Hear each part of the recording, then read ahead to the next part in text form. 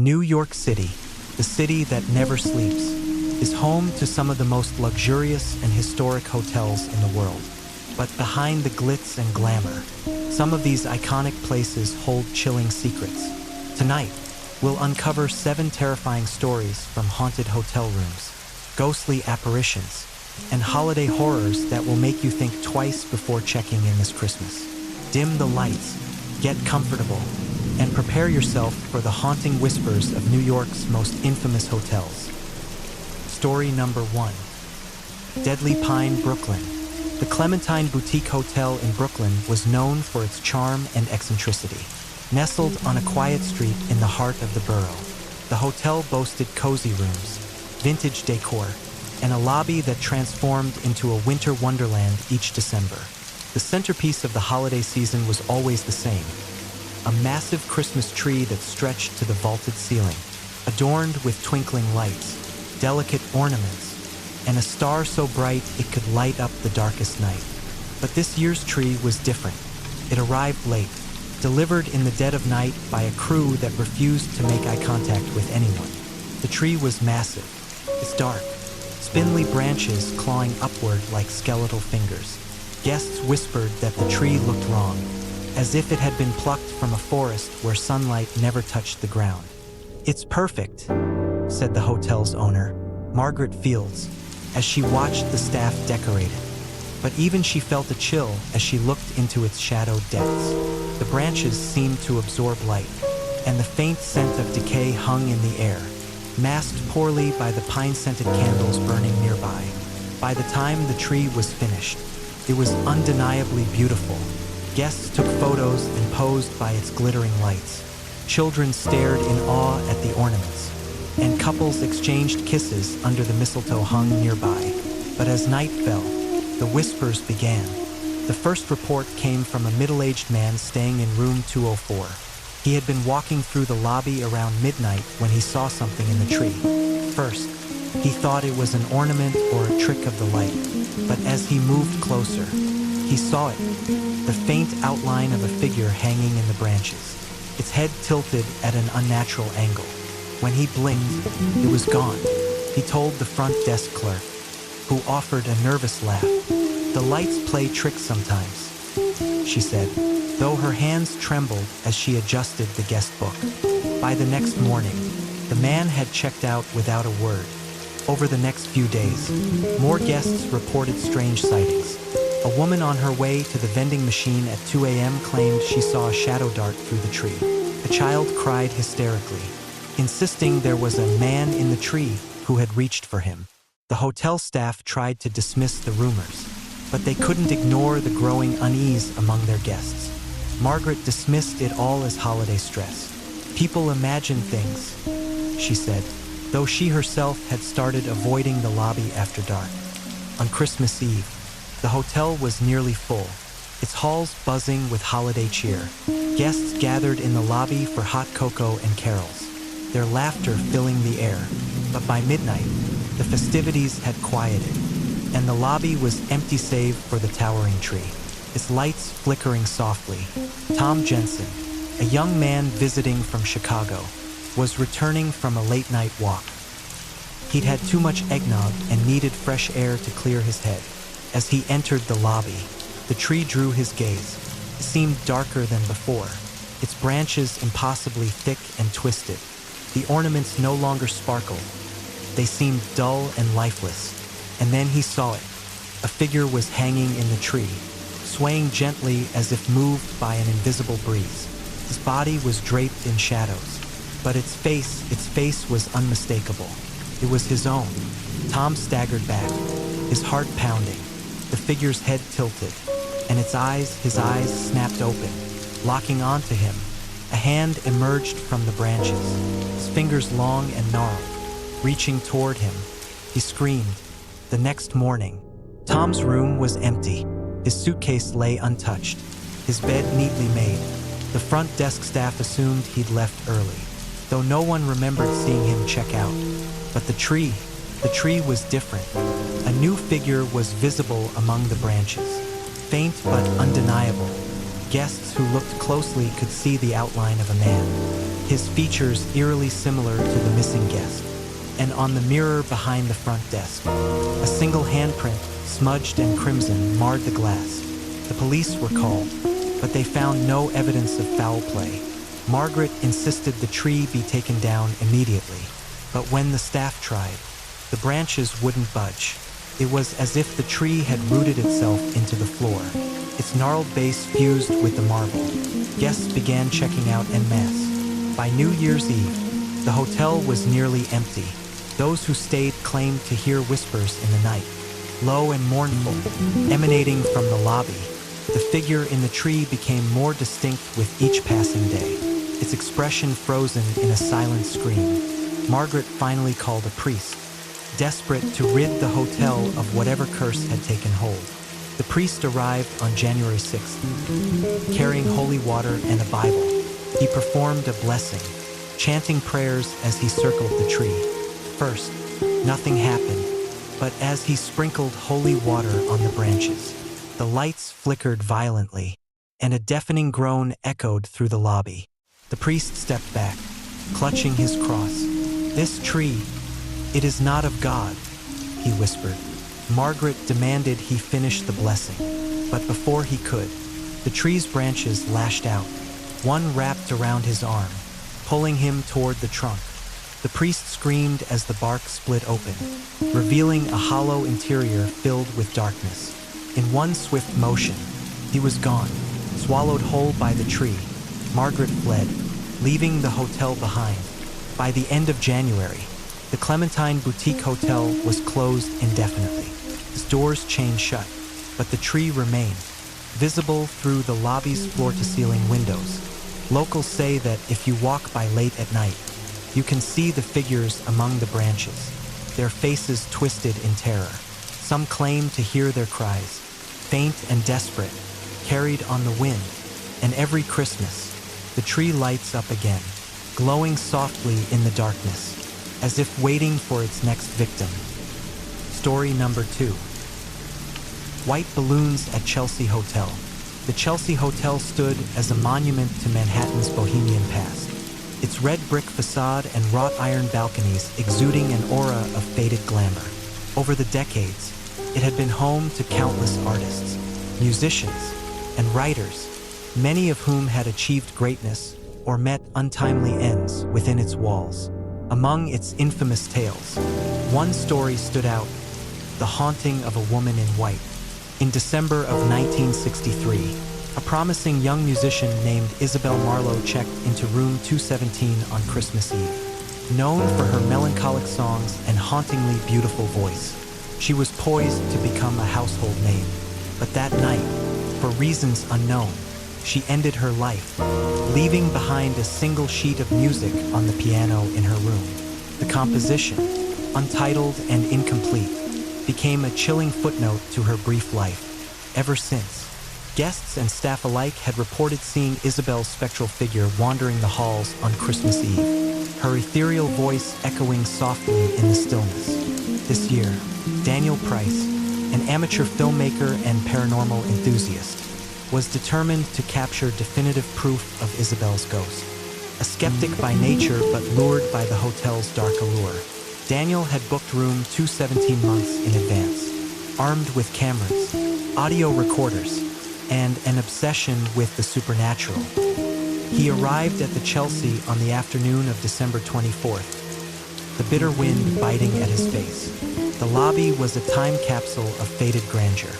Velvet chairs sat under tarnished chandeliers, and the walls were adorned with framed photographs of the hotel's illustrious past residents. The desk clerk, an older man with a perpetually furrowed brow, handed Daniel the key with a grim expression. "You're staying in 217, the clerk said, his voice low.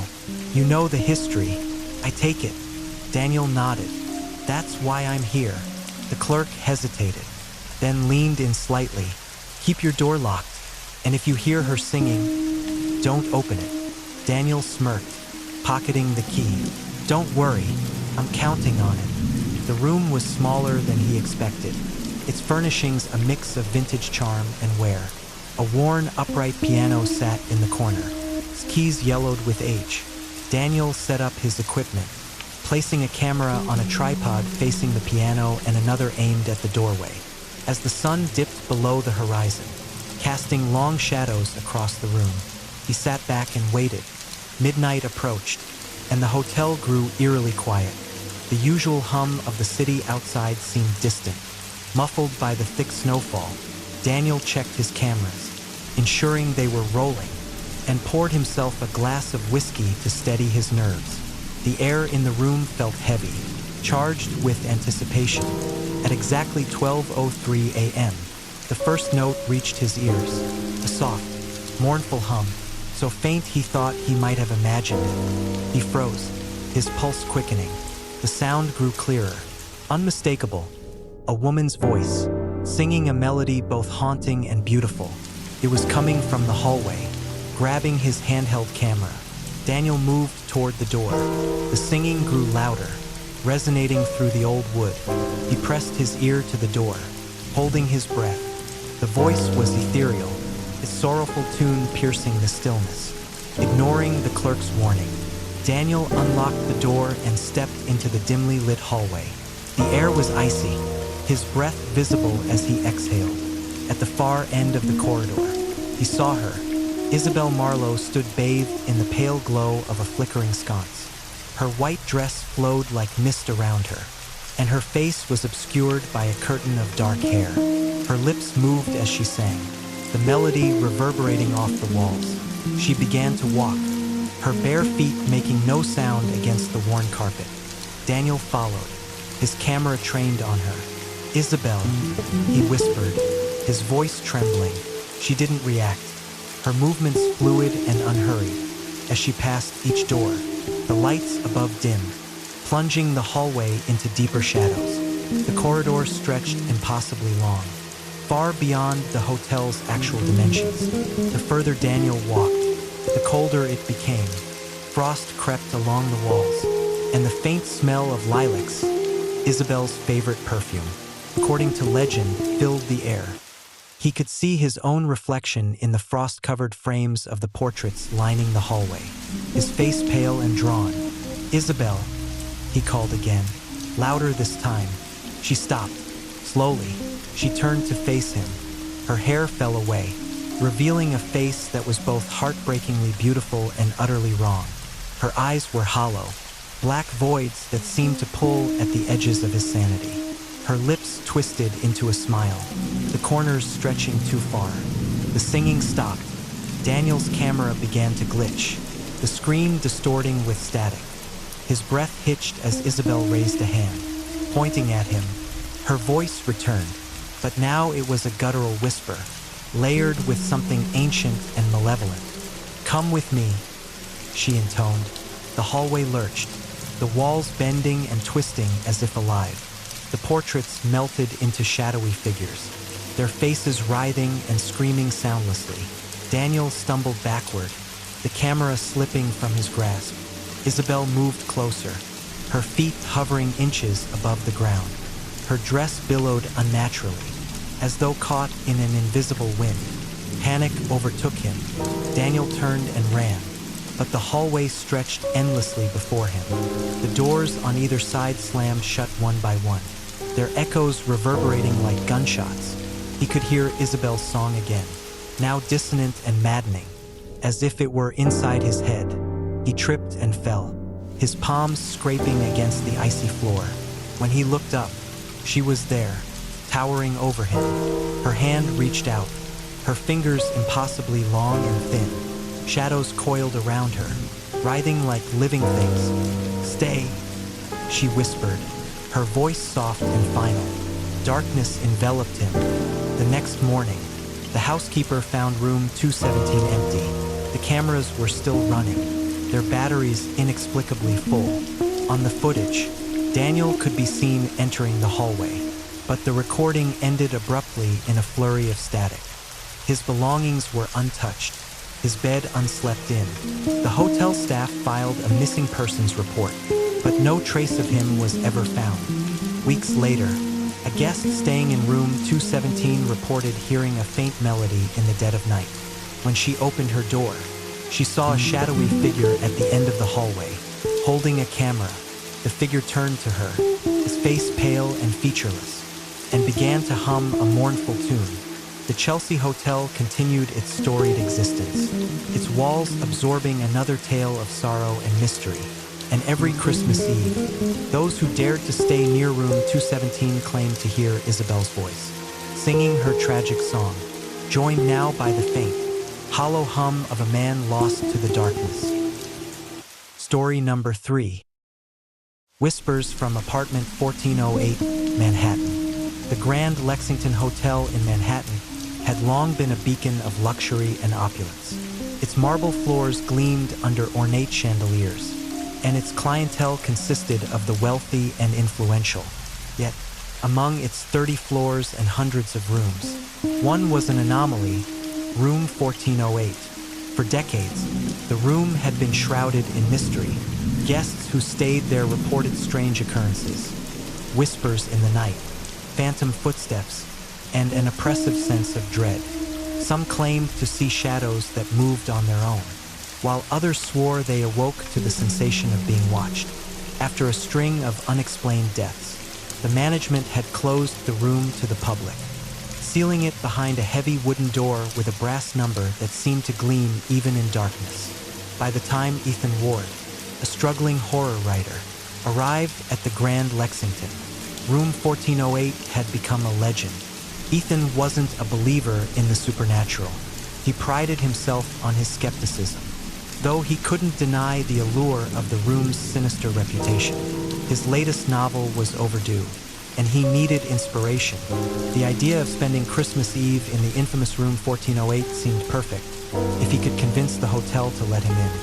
It took a hefty bribe and a signed waiver to persuade the manager, a wiry man with deep-set eyes who looked as though he hadn't slept in weeks. "I'll allow it," the manager said, handing Ethan the key. "But don't say I didn't warn you. The room, it doesn't like visitors." Ethan chuckled as he took the key. "I'll be fine. It's just a room." The elevator ride to the 14th floor was uneventful, though the air seemed to grow colder the higher he ascended. When he stepped out into the hallway, a faint draft greeted him, carrying with it a peculiar scent, like damp earth and old wood. The corridor was silent, the patterned carpet muting his footsteps. Room 1408 stood at the far end, its door slightly ajar. Ethan frowned. "Hello?" he called, his voice echoing faintly. No answer. Pushing the door open, he stepped inside. The room was unremarkable, furnished like any other upscale hotel suite. A plush bed sat against one wall, flanked by matching nightstands. A small desk and chair occupied the corner, and a vintage radio rested atop a dresser. Yet, despite its ordinary appearance, the air felt heavy, as though the room itself were holding its breath. Ethan set his bag down and began unpacking. He placed his laptop on the desk, a bottle of bourbon on the nightstand, and his notebook beside the radio. As he worked, the door creaked shut behind him, though no draft was apparent. He glanced over his shoulder, shrugging off the unease that prickled his skin. Hours passed as Ethan typed furiously, fueled by the bourbon and the thrill of being in such a notorious location. Outside, snow fell in thick, silent flakes, blanketing the city in a soft glow. Midnight approached, and the hotel grew quieter, its usual hum fading into stillness. It began subtly, the radio crackled to life, its knobs unmoving. Ethan looked up from his laptop, startled. The static ebbed and flowed, interspersed with faint whispers. He approached the radio, leaning in to listen. The whispers grew louder, forming fragmented words. "Get out, stay with us." A chill ran down his spine. Ethan turned the radio off, but the whispers continued. He yanked the plug from the wall, yet the static persisted, filling the room with a low, droning hum. "All right," he muttered, trying to steady his nerves. "Old wiring, that's all." He returned to his desk, but his focus was broken. The air around him seemed to thrum, vibrating with unseen energy. The lamp flickered, and shadows danced on the walls. their movements erratic and unnatural. Ethan stood, his pulse quickening. He caught his reflection in the mirror above the dresser and froze. The man staring back at him wasn't him. His reflection's face was twisted, the features grotesquely elongated. The eyes were black voids, and the mouth stretched into a gaping, soundless scream. Ethan stumbled backward, his breath hitching. The reflection stepped out of the mirror. He couldn't move, couldn't scream. The figure, a distorted, nightmarish version of himself, advanced slowly, its footsteps echoing in the silent room. It stopped inches from him, tilting its head as if studying him. Then it whispered, its voice a perfect mimicry of his own. "You shouldn't have come." The room erupted into chaos. The walls trembled, the lights flickered violently, and the whispers rose to a deafening crescendo. Objects flew across the room, slamming into the walls with bone-jarring force. The air grew suffocating, thick with a rancid, metallic smell. Ethan bolted for the door, but it wouldn't budge. He pounded on it, screaming for help, but his voice was swallowed by the cacophony. The figure moved closer, its form shifting and distorting, becoming less human with each step. It raised a hand, skeletal fingers reaching for him. The room's walls began to ripple, the wallpaper peeling back to reveal a pulsing black void beneath. The whispers became a chant, rhythmic and hypnotic, as if the room itself were alive. The figure's hand brushed Ethan's chest, and a searing pain shot through his body. His vision blurred, and he collapsed to his knees. From the void, other shapes emerged, shadowy, contorted figures, their faces blurred and their movements jerky. They encircled him, their voices merging into the growing cacophony. One of them reached down, gripping his shoulder with an icy hand. "You belong here now," it hissed. Ethan screamed, but no sound escaped his throat. The room closed in around him, the walls folding and twisting like a living thing. The last thing he saw was his own reflection in the mirror, standing calmly and smiling back at him, its eyes black and endless. When the housekeeper entered room 1408 the next morning, she found it empty. The bed was untouched, the desk undisturbed. There was no sign of Ethan Ward or his belongings. The room smelled faintly of bourbon and smoke, but otherwise, it appeared as though no one had been there at all. The manager was unsurprised.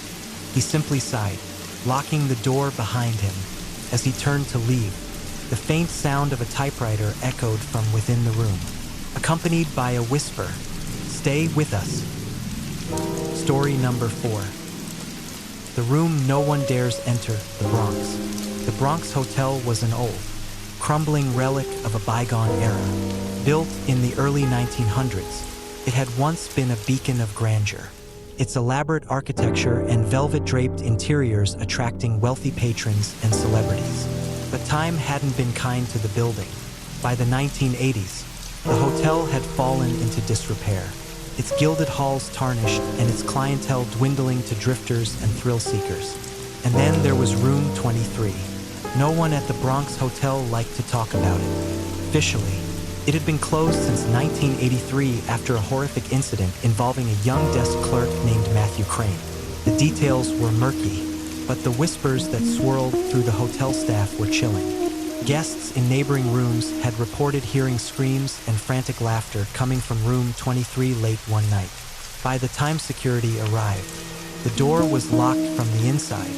When they finally forced their way in, they found Matthew dead on the floor, his eyes wide with terror and his face twisted in a grotesque grin.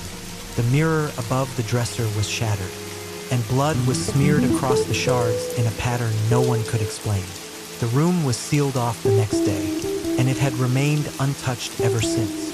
For decades, room 23 became the stuff of local legend. Guests would ask about it, but the staff always denied them access. Even maintenance workers refused to enter, claiming that the air inside was too heavy, too wrong. By Christmas Eve 2023, the Bronx Hotel was on the brink of closure. Its once lavish lobby was now a dimly lit shell, the marble floors cracked and stained, The few remaining employees did their best to maintain a facade of normalcy. But everyone knew it was only a matter of time before the building was shuttered for good. That's when William Harper arrived. William was a middle-aged writer known for his macabre travelogues. He had spent years visiting supposedly haunted locations across the country, documenting his experiences in vivid detail. When he checked into the Bronx hotel that cold December evening, he made his intentions clear to the desk clerk. "I want room 23, he said, sliding his credit card across the counter. The clerk, a young woman named Grace, froze mid-motion. She glanced over her shoulder as if expecting someone to intervene. "That room isn't available," she stammered. William leaned forward, his smile disarming but firm. "I'm willing to pay extra, double, if I must." Grace hesitated, her fingers hovering over the keyboard. Finally, she lowered her voice. "You don't want that room. It's not safe." William's grin widened. "That's exactly why I want it." Reluctantly, Grace handed him a tarnished brass key. "It's your funeral," she muttered. Room 23 was at the far end of a dimly lit hallway on the second floor. The wallpaper was peeling, and the carpet squelched faintly underfoot. William's footsteps echoed unnaturally as he approached the door. The brass numbers gleamed in the faint light, and the key turned with an audible click that made his pulse quicken. The room was small and sparsely furnished. A single bed, a dresser with an old-fashioned mirror, and a threadbare armchair by the window. Dust coated every surface, and the air was stale, carrying a faint metallic tang. William set his suitcase down and began unpacking his equipment. A voice recorder, a thermal camera, and an EMF meter. He placed a notebook and pen on the nightstand, then stood in the center of the room, taking it all in. "All right, room 23, he said aloud. "Let's see what you've got." The first few hours were uneventful. William conducted his usual tests, scanning the room with his equipment and jotting down observations. The EMF meter spiked briefly near the mirror, but then settled. The voice recorder picked up nothing but the occasional creak of the old building. By 11:30 p.m., he was beginning to feel disappointed, and then the laughter began. It started faintly, a distant, high-pitched giggle that seemed to come from the walls themselves. William froze, his pen hovering over the page. The sound grew louder, more insistent, echoing in the small room. He grabbed his recorder and pressed playback, but the device captured only static. "Hello?" he called out, his voice steady despite the growing unease in his chest. The laughter stopped abruptly, leaving a deafening silence in its wake. William's eyes darted to the mirror. For a moment, he thought he saw movement, a flicker of shadow just behind his reflection. He approached cautiously, his breath fogging the glass. "If someone's here, show yourself," he said, his voice firm. The mirror's surface rippled like water. William stumbled back as a handprint began to materialize, the glass steaming under its phantom touch. The handprint was too large, the fingers unnaturally long, and it glowed faintly red as if seared into the glass. The air grew colder, and a low hum filled the room, vibrating deep in William's bones. Suddenly, the lights flickered and went out. The room plunged into darkness, and William's pulse thundered in his ears. He fumbled for his flashlight, the beam slicing through the oppressive blackness. The bed was empty, the door still shut, but the mirror reflected something that wasn't there. A figure stood behind him, tall and thin, its face obscured by shadows. Its mouth was wide open, the edges curling into a grotesque grin. Before William could turn, the figure lunged forward, his hands reaching for him. The flashlight hit the floor, and William screamed. When Grace and the night porter finally mustered the courage to check room 23 the next morning, they found it empty. The bed was untouched, and William's belongings were neatly arranged as if he'd never been there. The only sign of his presence was the camera he'd left on the dresser, its lens cracked but still recording. Grace hesitated before pressing play. The footage showed William pacing the room, speaking to the camera about the history of Room 23. At 11:45 p.m., the recording began to distort, the audio crackled, and the video flickered with streaks of static. And then the laughter started. The final moments of the footage showed William staring into the mirror, his face pale and his eyes wide with terror. The image jolted as he turned, the camera capturing a fleeting glimpse of the shadowy figure. The screen went black, but the audio continued, a guttural voice whispering, "Stay with me." The recording ended with the sound of William's scream. Grace deleted the footage, her hands shaking. She locked Room 23 for the final time and handed the key to the manager, who dropped it into a rusted safe. The Bronx hotel closed its doors permanently that spring, but locals say the laughter can still be heard on cold winter nights, echoing faintly through the empty halls. And if you stand outside the boarded-up building on Christmas Eve, some claim you can see a faint red glow in the second-story window, as if the mirror inside still remembers. Story number 5. Spooky Party at the Waldorf Astoria Hotel. The Waldorf Astoria was more than a hotel. It was a symbol of opulence and history, its gilded halls a testament to New York's golden age. Over the years, it had played host to countless dignitaries, celebrities, and lavish celebrations. But for all its splendor, the hotel carried a darker legacy, one that the staff rarely spoke about, and guests dismissed as urban legend. It began on Christmas Eve, 1935, during a grand holiday gala held in the Astor Ballroom. The room was adorned with glittering chandeliers, garlands of holly, and an enormous Christmas tree whose ornaments sparkled like diamonds. The air was filled with the sounds of a live orchestra, laughter, and the clinking of champagne glasses. But as the clock struck midnight, a fire broke out in the kitchen adjacent to the ballroom, fueled by dry decorations and the frenzy of panicked guests. The blaze spread rapidly, trapping dozens of revelers inside. When the flames were finally extinguished, the ballroom was reduced to a smoldering ruin, and 37 lives had been lost. In the years that followed, the ballroom was rebuilt, its opulence restored, but strange occurrences began to plague the hotel. Guests reported hearing faint music and laughter late at night, and staff claimed to see shadowy figures dancing in the empty ballroom. By the 1960s, the Astor Ballroom was closed to the public, sealed off and left to the ghosts of its tragic past. Sophia Reyes, a housekeeping supervisor, had worked at the Waldorf Astoria for nearly a decade. She prided herself on her professionalism, even as whispers about the haunted ballroom circulated among her staff. To Sophia, the stories were just that, stories. But that changed on Christmas Eve, 2022. The hotel was quieter than usual, the holiday season bringing fewer guests in the wake of the pandemic. Sophia had volunteered to work late, relishing the overtime pay. At 11:30 p.m., as she finished cleaning the main dining area, a call came through her radio. "Sophia, can you check the Astor Ballroom? Maintenance says they're hearing noises up there again."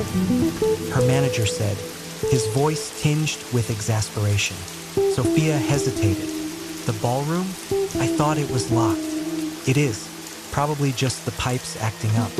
Just take a look and let me know." Grabbing her flashlight, Sophia made her way to the ballroom on the 18th floor. The hallway leading to the room was dimly lit, the old carpeting muffling her footsteps. When she reached the heavy double doors, she hesitated. The brass handles were cold to the touch, and an inexplicable chill seeped through the wood.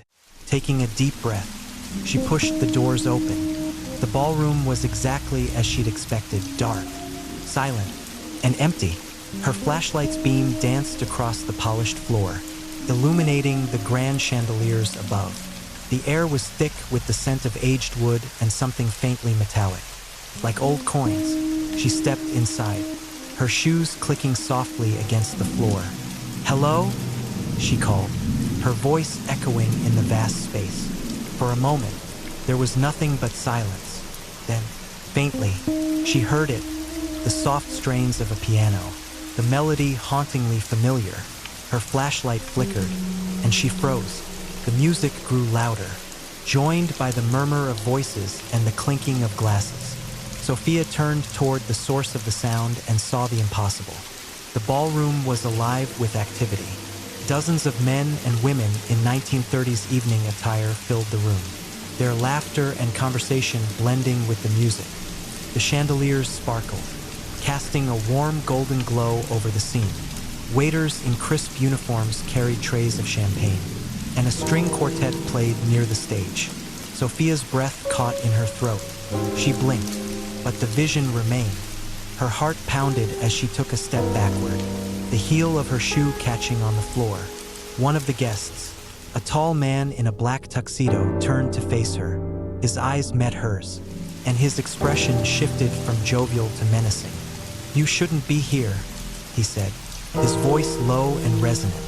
The music faltered, the laughter fading into an eerie silence. All eyes turned toward Sophia, their faces pale and expressionless. The tall man took a step forward, raising a glass in mock salute. "Join us," he said. Sophia bolted for the doors, her flashlight swinging wildly. As she ran, the room seemed to stretch, the exit growing farther away with each step.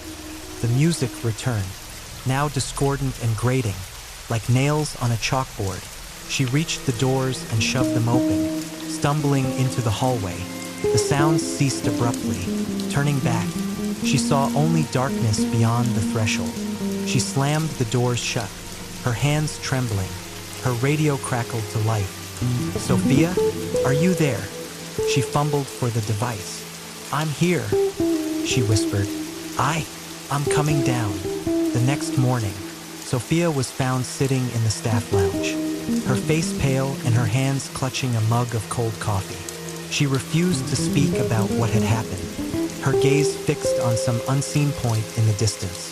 The hotel manager, alarmed by her condition, gave her the week off and instructed the staff to leave the ballroom alone.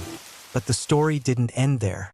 In the days that followed, guests began reporting strange occurrences near the 18th floor.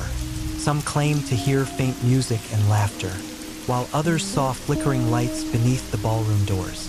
One guest even snapped a photo of the hallway, capturing what appeared to be shadowy figures in formal attire. By New Year's Eve, the Waldorf Astoria quietly closed the 18th floor, citing structural issues.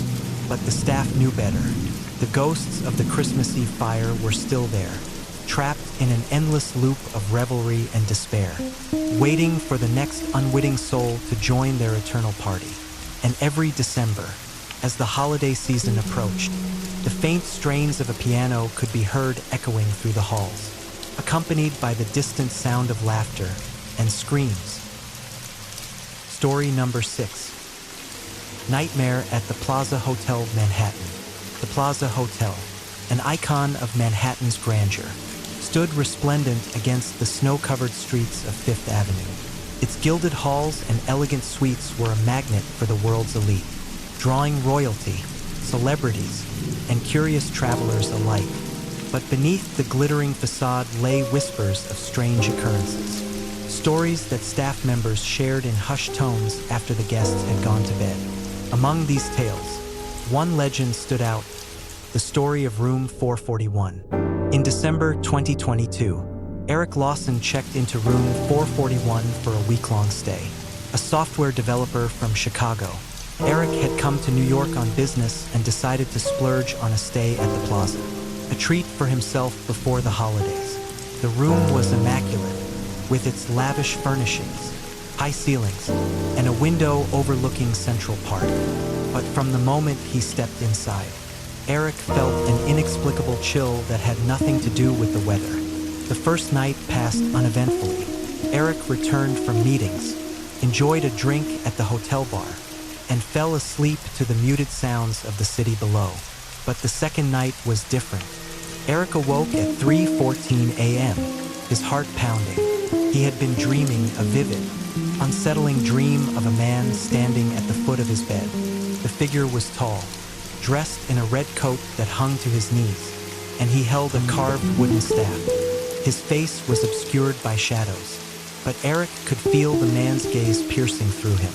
The figure hadn't spoken, but his presence exuded a quiet menace that lingered even as Eric opened his eyes. Shaking off the dream, Eric reached for the glass of water on his nightstand.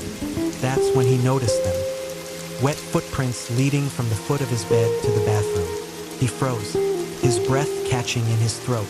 The carpet around the footprints was damp, the faint smell of lake water hanging in the air. "Hello?" he called, his voice breaking the silence. No response. Eric checked the bathroom, the closet, even under the bed. The room was empty. He told himself it was a plumbing issue, maybe condensation from the heating system, and eventually drifted back to sleep. But the dream returned the next night and the next. Each time, the man in red stood closer to the bed. Each time, Eric awoke to find fresh footprints on the carpet, trailing water across the room. On the fourth night, he noticed something else. Faint scratches on the window pane, as though someone had drawn lines with a sharp object. They formed no discernible pattern, but they filled him with a deep, irrational dread. By Christmas Eve, Eric was desperate for answers. He reported the incidents to the front desk, but the staff dismissed his concerns with polite smiles and assurances. Frustrated, he spent hours researching the hotel's history, combing through old news articles and forums for any mention of room 441. What he found chilled him to the core. In 1966, a man named Thomas Edison, a groundskeeper turned transient, had been found dead in room 441 on Christmas morning. He was dressed in a red coat and clutching a carved wooden staff. According to police reports, his death was ruled a suicide, though witnesses claimed they had seen him wandering the halls the night before, knocking on doors and muttering to himself. Eric closed his laptop, his hands shaking. The room felt stifling, the air heavy with an unseen weight. He glanced at the clock. 11:59 p.m. midnight was approaching, and the city outside had gone eerily quiet. Then he heard it, a soft tapping on the window. Eric's blood ran cold. He turned slowly, his eyes locking on the frost-covered glass. A message was scrawled across it, written in shaky, jagged letters. "Not Santa." The tapping continued, louder now, insistent. Eric backed away from the window, his breath fogging in the icy air. The room grew colder, the temperature plummeting until frost crept along the walls. The lights flickered, then went out, plunging him into darkness. "Who's there?" he shouted, his voice trembling. The tapping stopped. For a moment, all was silent. Then, a deep, guttural laugh echoed through the room, reverberating off the walls. Eric fumbled for his phone, its faint glow illuminating the room. He turned toward the bed and froze. The man from his dreams stood at the foot of the bed, his red coat gleaming in the dim light. His face was still obscured, but now Eric could see the staff more clearly. It was carved with intricate designs, each one writhing as though alive. The man raised the staff, pointing it at Eric. The air around Eric grew heavy, pressing down on him like an invisible hand. He tried to move, but his body refused to obey. The man took a step forward, his boots leaving wet prints on the carpet. With each step, the pressure intensified, forcing Eric to his knees. "Please," Eric whispered, tears streaming down his face. "What do you want?" The man tilted his head, his shadowed face unreadable. Then he spoke, his voice a low, raspy whisper that seemed to come from everywhere at once. "To stay." The room erupted into chaos. The window shattered inward, shards of glass slicing through the air. The lights flared back on, blindingly bright, and the walls seemed to ripple, their edges dissolving into darkness. Eric screamed as the man lunged forward, his staff slamming into the floor with a deafening crack. When the hotel staff entered room 441 the next morning, they found it empty. Eric's belongings were neatly packed, his bed untouched. The only sign he had ever been there was the window, still frost-covered despite the warm December day. Scrawled across the glass in jagged letters was the same chilling message. not Santa. The room was sealed later that day, its door locked and marked for renovation. But those who passed by claimed to hear faint tapping from within, accompanied by a low, guttural laugh that sent shivers down their spines. The Plaza Hotel staff refused to speak of room 441, and by the following Christmas, it had been removed from the hotel's registry altogether. To this day, guests staying at the Plaza on Christmas Eve occasionally report strange dreams of a man in a red coat standing at the foot of their beds, and when they awake, they find wet footprints leading to their windows, where frost clings stubbornly to the glass, no matter how warm the room may be. Story number 7. Immigrants' Ghost Hotel, Lower East Side. In the heart of Manhattan's Lower East Side stood the Delancey Inn, a dilapidated brick building that had once served as a haven for immigrants at the turn of the 20th century. Its walls, now cracked and faded, had seen lifetimes of joy and despair. In the early 1900s, newly arrived families from Europe crowded into its tiny rooms, clutching dreams of a better life. But for many, those dreams ended in hunger, illness, and abandonment. The hotel became a graveyard for the hopeless, and its reputation as a place of sorrow lingered long after it ceased to be a refuge. By the 21st century, the Delancey Inn had been converted into a boutique hotel. The management played up its historic charm, marketing it as an authentic piece of New York's immigrant past. But locals whispered of strange happenings, especially around Christmas. Guests reported hearing voices in foreign tongues, phantom footsteps echoing through the halls, and knocks on their doors late at night. The bravest of them would investigate, only to find empty hallways and icy drafts where no windows were open. The legend took a darker turn one Christmas Eve when a young couple, Sophia and Daniel, checked in for a weekend getaway. Both avid history enthusiasts, they were drawn to the Delancey's storied past and dismissed the ghost stories as gimmicks to attract tourists. "I love this place," Sophia said as they stepped into their room. The space was small but cozy, with exposed brick walls and antique furnishings. A snowstorm was brewing outside, the wind howling faintly against the old windows. "It feels like stepping back in time," Daniel smiled, setting their suitcase on the bed. "Let's hope the ghosts agree." The first night passed uneventfully. The couple explored the neighborhood, enjoying the festive lights and street vendors selling roasted chestnuts. By the time they returned to the hotel, the storm had intensified, blanketing the city in snow. They fell asleep to the muffled sounds of the wind, wrapped in each other's arms. At 3:12 a.m., Sophia awoke to a soft knock on the door. She froze, her breath visible in the sudden chill that enveloped the room. "Daniel," she whispered, shaking him awake. "Did you hear that?" He groaned, rubbing his eyes. "What time is it?" Another knock echoed through the room, louder this time. Daniel sat up, frowning. "Maybe it's the front desk," he said, though his tone lacked conviction. He slipped out of bed and approached the door. "Hello?"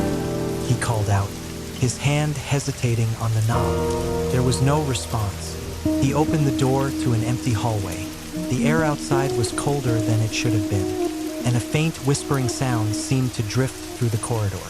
He stepped back inside, locking the door behind him. "No one was there," he said, climbing back into bed. Sophia's eyes remained fixed on the door. "I swear I heard voices, like people talking.